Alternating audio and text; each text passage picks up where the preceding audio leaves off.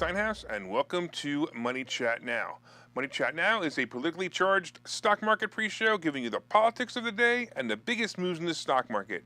It is presented with comedic common sense and, of course, just the right amount of sarcasm by an expert in financial literacy. And hey, that's me, Larry Steinhouse.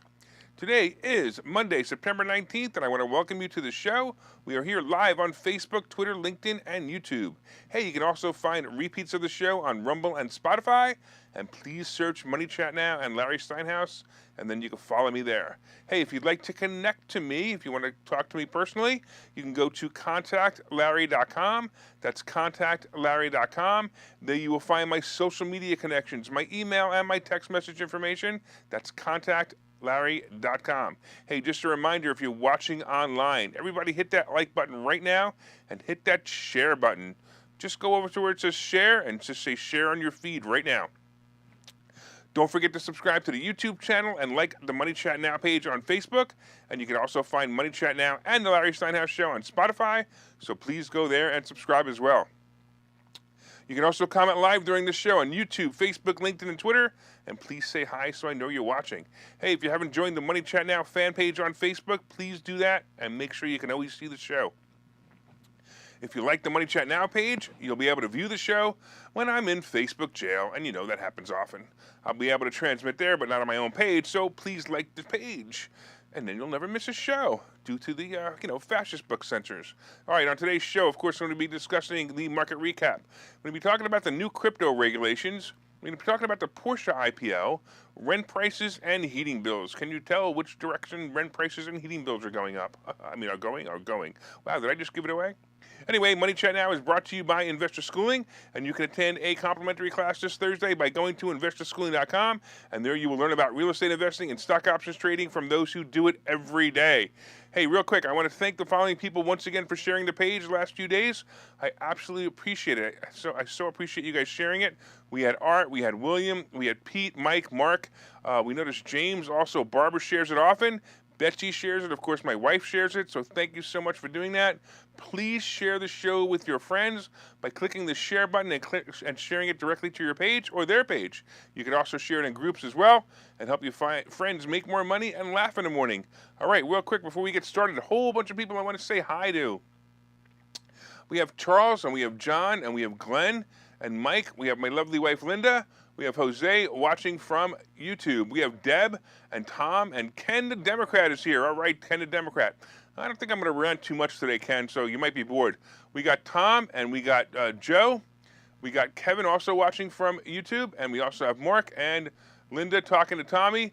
And, she's saying that Jane might have been sick this weekend. That's why we missed her, so I want to say hello to Jane, too. All right, real quick, let's get started. So Friday was another disappointment. As the market tried to make a comeback, but decided not to. It wasn't terrible, though. The Dow closed down another 140 points, but it does make the Dow down 220 points for the month. Like, as I've said before, this period of time is a time I call the dead zone, the middle of earnings period and the point where I believe the investors are just plain bored. If I'm correct, we're just about the current bottom of about 30,800. It could drop a bit, but I don't expect it to drop too much more than 30,000. Even if it gets there, in fact, I believe this week the Dow will start to move forward again as we head for another side of the dead zone, the other side of the dead zone. So I actually think the market will start to move up. I also see the current low for the S&P to be right about where it is in the 3,800 range. I also doubt it's going to go much lower than 3,800, or if it does, it won't stay there long. Of course, FedEx on Friday was the big loser when the stock dropped more than 21% and the company changed its full-year guidance to reflect the CEO's statements that we are heading for a global recession. Apparently, Wall Street uses transportation and shipping stocks as a leading indicator of the economy. If shipping is slowing, that could mean that the economy is slowing. It may be true, but look, we also came off a time where more goods than ever were being shipped because of the scamdemic. It's obviously true that shipping is slowing. However, it may not be a normal cycle. I certainly agree that we're heading for a bad recession. I'm just not sure if the indicator is as powerful as it is normally. But in the end, it'll be bad for us all anyway, so it really doesn't matter. It appears that the Fed and the Fed chair, Chairman Powell, Jerome Powell, I'm sorry, don't care much about anything but the reports like the Consumer Price Index, the Producer Price Index, the Industrial Production, Retail Sales, and of course the non-farm employment numbers. It's going to be a big mistake. They need to look at other indicators. He is raising interest rates and paying attention. He's not paying attention to the small indicators that are actually pretty large. And these indicators like stock prices and earnings reports are showing that we're heading full speed right into the brick wall called a recession. Powell will undoubtedly raise interest rates another 75 basis points this month, but if he raises them 100, the Dow is going to dive to a new range of 27,000 to 29,000. If he keeps it at 75 basis points in this range, or it'll pretty much stay in this range, we'll be fine. And if he surprises us with a 50-point basis, believe it or not, the market may actually drop on the fears of the economy. Wall Street is so fickle, and interest rates moves make it more fickle. It's a big week for housing reports, too. We will see reports on housing starts as well as building permits tomorrow. The housing start report will probably be terrible. Then on Wednesday, we have the existing home sales report, which will also be terrible. Wednesday will also be the day of reckoning when Powell announces the interest rate increase. All right, here it comes, folks. This is going to be the one that really sets the stage for what's happening next. By the way, Carnival Cruise Lines will be announcing their earnings on Wednesday, too. So it's going to be a big day for me. I should probably sell the covered calls and protect my positions today, because of course I didn't do that on Friday when it was at 11 like I said I would do. As for the rest of the market, like I said earlier, the dead zone is about over. Wednesday happens to be the end of it, so Powell's announcement may make the market start its next launch. All right, let's take a look at the futures, and let's try not to cry at what Wall Street's trying to tell us right now. All right, Dow is down 254. Last night it was up about 50, and now it's down about 250. We have the S&P down 33, and we have the NASDAQ down 111. Once again, not going to be a great day. All right, a couple other people real quick. I want to say hello. We got Brian saying hello from Long and Foster. Look at that. We've got Brian Reed, Long and Foster. Look at that. What kind of advertisement is that? Look at that. I just advertised for him. Maybe he'll be a good listener to the show. Hey, Brian, at least share with your friends. Hey, we got James also coming in. By the way, Brian was coming in from LinkedIn, and we got James coming in from YouTube, and we got Rob also saying hi from Facebook. Cool. All right, let's talk about what's going on in some crypto regulations, actually. I actually find it funny that the headlines of a report on the possible new regulations of crypto reads like this. Biden just put out a framework on regulating crypto. Here's what's in it. Really? Biden put out the framework? Look, no offense, but ordinarily a man who's almost 80 years old has no idea about cryptocurrency, nor cares about cryptocurrency. When you say Biden, who's almost 80 and only cares about, his 10% as the big guy being paid from his son who got a job that he couldn't do, that was paid a ridiculous amount of money, and you had the man's cognitive ability, I doubt he had any idea what was in this proposal to regulate crypto. But anyway, the only crypto Biden could possibly be concerned about are, the crypt, not crypto. Well, getting back to Tales from the Crypto by Biden, there's been talk about new regulations for crypto to protect the public from misinformation and from scammers who use the momentum of the price of crypto to hurt many people financially. And by the way, if you ever get a message from ManyChat now that says buy crypto or crypto, I'm selling crypto, it's a scam. It's not me. I have no interest in crypto whatsoever, and you guys should all know that. Anyway, this includes fraud and fraudulent transactions that they're trying to stop. Some of the key takeaways from the new proposed regulations will include an effort to eliminate illegal activity. I don't know how they're going to do that. It doesn't make any sense to me. I mean, I hope they do, but I don't really know how they can possibly do it. However, it's an interesting statement from the White House fact sheet on the matter. The president will evaluate whether to call upon Congress to amend the Bank Secrecy Act, anti-tip-off statutes, and laws against unlicensed money transmitting to apply explicitly to digital asset service providers, including digital asset exchangers and non-fungible token platforms, NFTs. So basically, the anonymity of crypto transaction may not be anonymous anymore. Another proposal for the U.S. is to create its own digital dollar. By launching their own digital dollar, the intent is to eliminate the need for crypto in the country. Even Federal Chair Jerome Powell previously said the main incentive for U.S. to launch its own central bank digital currency would be to eliminate the use case for crypto Bitcoins in America. That's very telling, obviously, right? The government doesn't like anonymity. They want to be in every part of your business, and this is how to keep them in your business. Well, at least the Democrats do, right, Ken? Another intent of the proposal is to maintain stability and link the value to something like current fiat currencies. The ironic part of this is that the dollar that used to be linked to something stable like gold and silver is now linked to, well, the full faith of the government. This might be we're in such financial trouble right now. Anyway, I've heard rumors of the government trying to tame this wild west of digital assets, and frankly, I don't think they really have to worry about it much longer. In my opinion, eventually this crazy fad will crawl under the pet rock it came from. As I often explain, can Bitcoin make you a millionaire? Yes, if you are a billionaire. All right, let's take a break now. We'll see you guys in just a couple of minutes. Okay, so you thought about buying and selling real estate. You've thought about investing in the stock market, but don't know where to start. Well, what if you could find a place to unlock strategies to master both real estate and the stock market, all without the headache? That place is Investor Schooling, hosted by Larry Steinhouse, an expert in real estate, financial literacy, and the ins and outs of the stock market. You can attend Investor Schooling in person or online 8 times a month. You can and will learn how to make money in real estate, and you will learn mastery of stock techniques such as options and covered calls. You will even get a chance to ask one of your burning questions to the stock options sultan, the master of picks and plays. Call 866-424-2829 for free information and receive a complimentary pass to attend classes, or register online at investorschooling.com. Don't delay. These passes are limited. So what are you waiting for? Call 866-424-2829. That's 866-424-2829. Or visit investorschooling.com. That's investorschooling.com.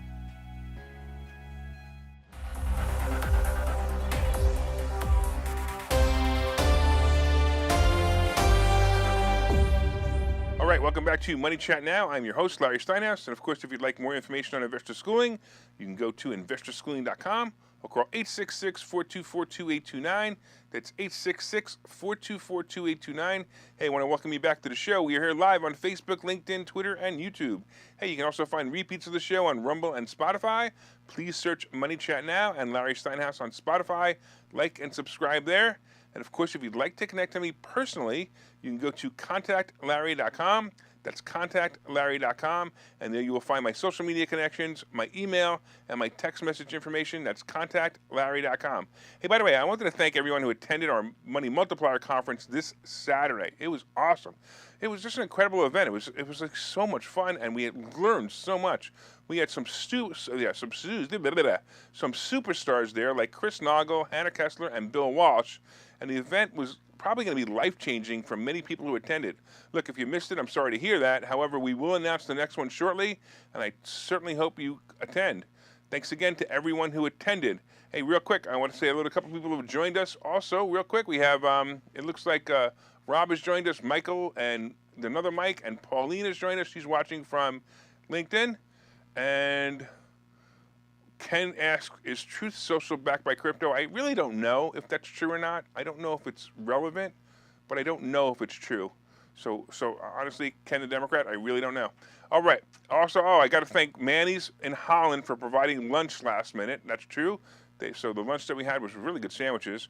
Manny's in Holland did that. All right. Of course, we're going to be, so far we've been talking about the market recrap. Like, the recrap is exactly what it is. It's the market recrap. Right now, the Dow is down 263, the S&P is down 35, and the NASDAQ is down 121. That is definitely recrap. All right. All right, we talked a little bit about crypto, and of course, we got coming up today's picks and plays. But first, did you guys hit that like button yet? Did you guys hit that share button? Hey, leave me a comment to say hi if you haven't already. So if you're watching anywhere on LinkedIn, Facebook, or Twitter, just say hi so I know you're watching. Leaving a comment is the only way I know you're watching. Please share and like as well. And don't forget to order my new book. It's called Money Hacks. And if you ordered it, please leave a review on Amazon. I'm telling you, this book is great. You're definitely going to like this book. Read it. It's called Money Hacks by Larry Steinhouse, because everything you think you know about money is wrong. All right, let's talk about Porsche. So it's almost embarrassing when you realize that Volkswagen owns Porsche. You know, I have a friend who's a big Porsche fan, and he's always bragging about his Porsche and how fast they are. I must tease him one day about the Volkswagen he's driving. Well, anyway, Now, Volkswagen is splitting off the company into its own company and launching an IPO of Porsche as a separate company. Volkswagen is targeting a valuation of up to $75 billion for the luxury sports car maker Porsche. This announcement will be actually Germany's second largest IPO in history, and it would make the price range of shares about $75 a share. They're having a bit of fun with the offering by offering, guess what, 911 million Porsche shares in total. After the Porsche 911, right? This will be divided into 455.5 million preferred shares and 455.5 million ordinary shares. So basically, you'll be able to get up to 455 million shares if you like.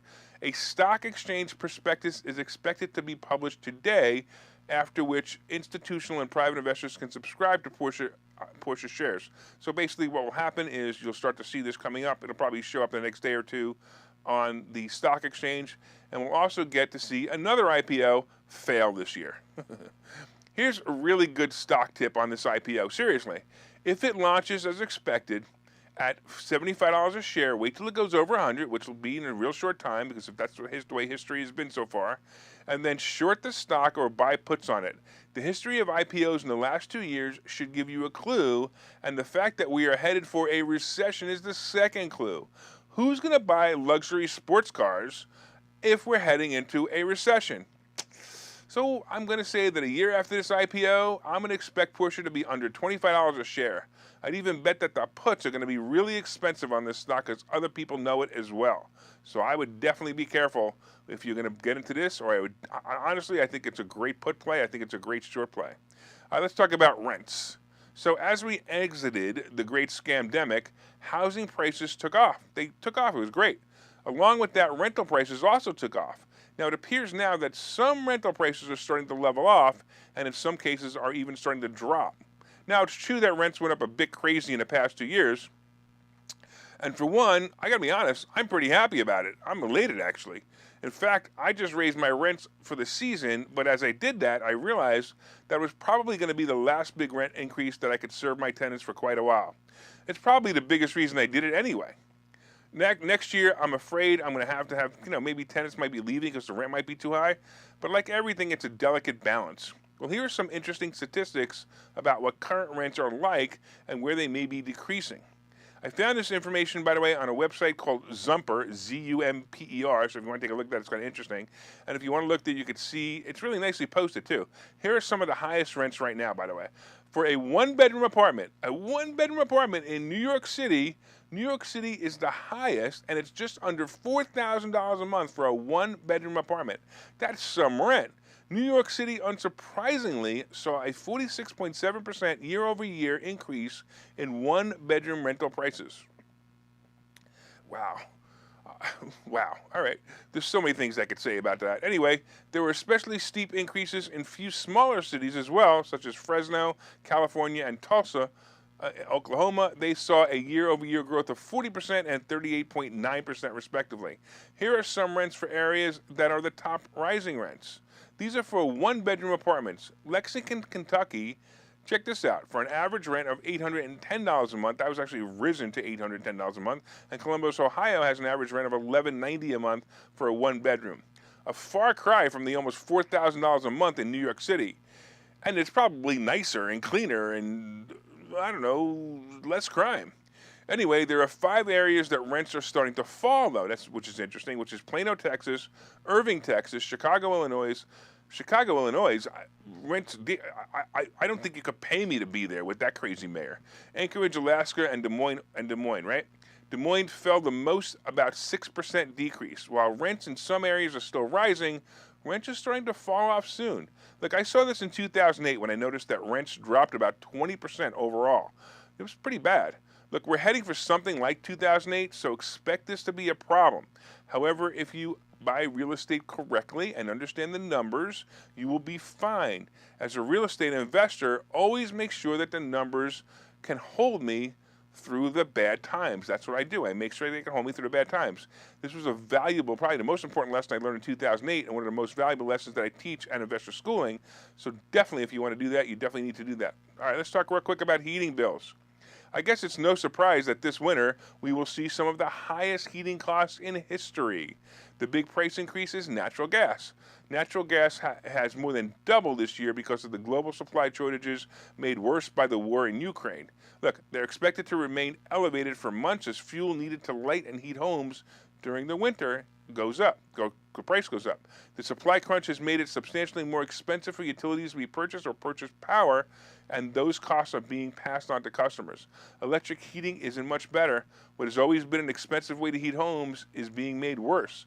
The Energy Information Administration anticipates the residential price of electricity will average $14.08 per kilowatt hour in 2022, up 7.5% from 2021.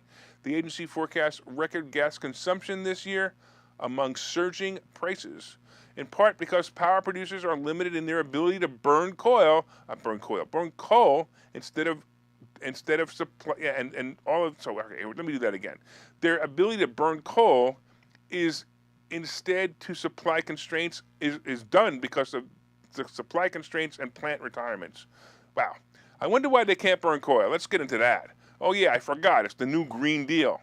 Oh, I just had an idea, by the way. This is a great idea. Hey, listen up, everybody.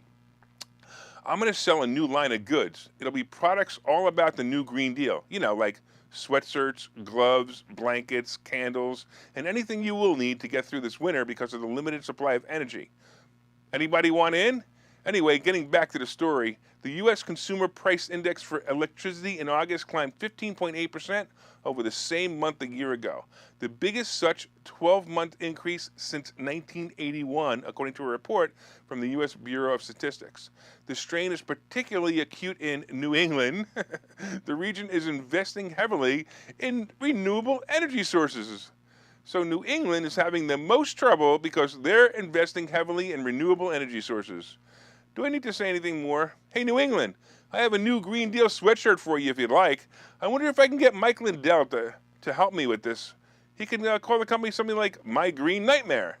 Anyway, expect higher heating costs along with your higher food costs, along with your higher rents, and soon to be your lower salary. And we could all thank the Democrats for that one. All right, when we get back, we'll be discussing the marketplace for the week, and we'll see you in a minute. Hi, I'm Larry Steinhouse, and one of the most misunderstood things in America is money. That's why I've written this book. It's called Money Hacks, because everything you think you know about money is wrong. And I'm telling you, everything you think you know about money is wrong. When you read this book, you will learn things about money that you did not know. You will even learn if money can buy you happiness. I have a full chapter dedicated to that. You're going to definitely want to read that. I talk about how to use other people's money to buy real estate. I talk about how to save more money, and I even talk about how to rebuild your credit score in this book. There are 22 amazing chapters in this book. This book is now available everywhere. It's available on Amazon. It's available on barnesandnoble.com. And you can order this book right now, and you'll have it in 2 days, and you'll start learning things about money that you never knew before. So order the book right now. Go to Amazon, go to barnesandnoble.com, and order the book, Money Hacks by Larry Steinhouse.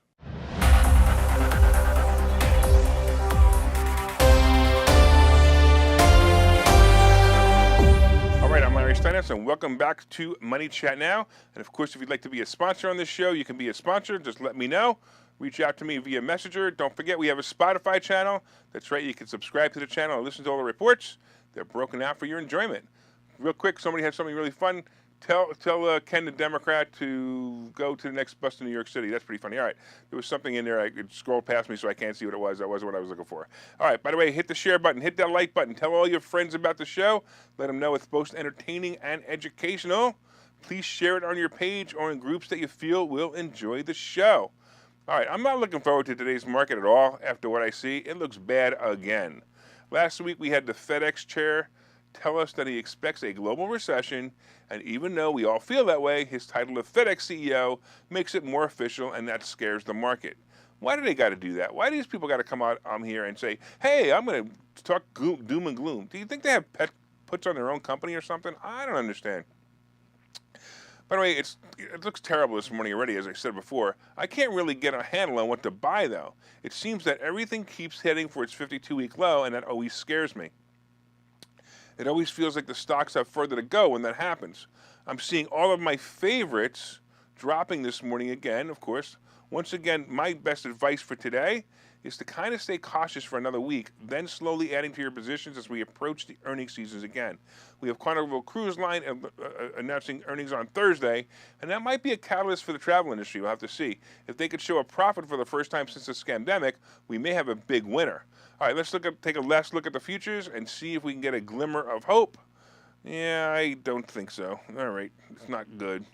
We got the Dow down 257, we got the S&P down 34, and the NASDAQ down 112. Not good, not happy at all. Yuck, yuck, yuck. Ken the Democrat says, buy more CCL. Are you telling me that because I should, or are you telling me because you don't like me? All right, let's get real quick about on the crypto scene. I got to tell you, it's not the scare of the regulations that's driving Bitcoin back below 18,500. It's the public starting to realize that cryptocurrency is about as useless as a screen door on a submarine.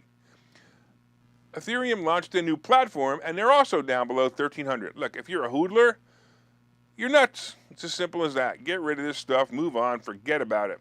Gold and silver, by the way, are also doing terrible. However, they could be buying opportunities as gold is below 1,700 and silver is under 19 again. Why are they better than crypto? Because they actually have something physical that you can do with them. So, but it's still pretty bad. I'm still not happy with where this is going. It's just not good at all. Look, the Treasury bond right now is about 3.46%, and 4 is around the corner. I think 3.75 will happen by the end of this week just because of the Fed raising their interest rates. So just understand that 4 is going to be around the corner, and when that happens, it's going to get really, really ugly. The market's going to have a really bad day when it hits that 4 mark. And it's nothing. It's just a psychological mark of 4, and that will be the problem. And when it happens, it's going to be bad. It's going to be ugly, but it'll only be there temporarily. So be careful with that one. By the way, oil is about $84 a barrel, and the average gas price is, I don't know, do you say down to 3.68 or up only to 3.68? I don't understand. $3.68 a gallon? I don't know. I guess it depends who you are. I guess if you're Ken the Democrat, you say, look what Biden did. He brought gas prices down to 3.68. And if you're everyone else, you say, hey, look what Biden did. He raised prices $1.25. All right. Hey, I want to thank you all for watching Money Chat Now. We are live every morning at 7:30 on Facebook, Twitter, LinkedIn, and YouTube. And you can also find repeats of the show on Rumble and Spotify. Hey, my name is Larry Steinhouse. I am the host of Money Chat Now. I am the CEO of Investor Schooling. And remember, you can contact me directly at contactlarry.com. That's contactlarry.com. I'm really hoping I see you guys this week at Investor Schooling. And until then, make it a profitable day.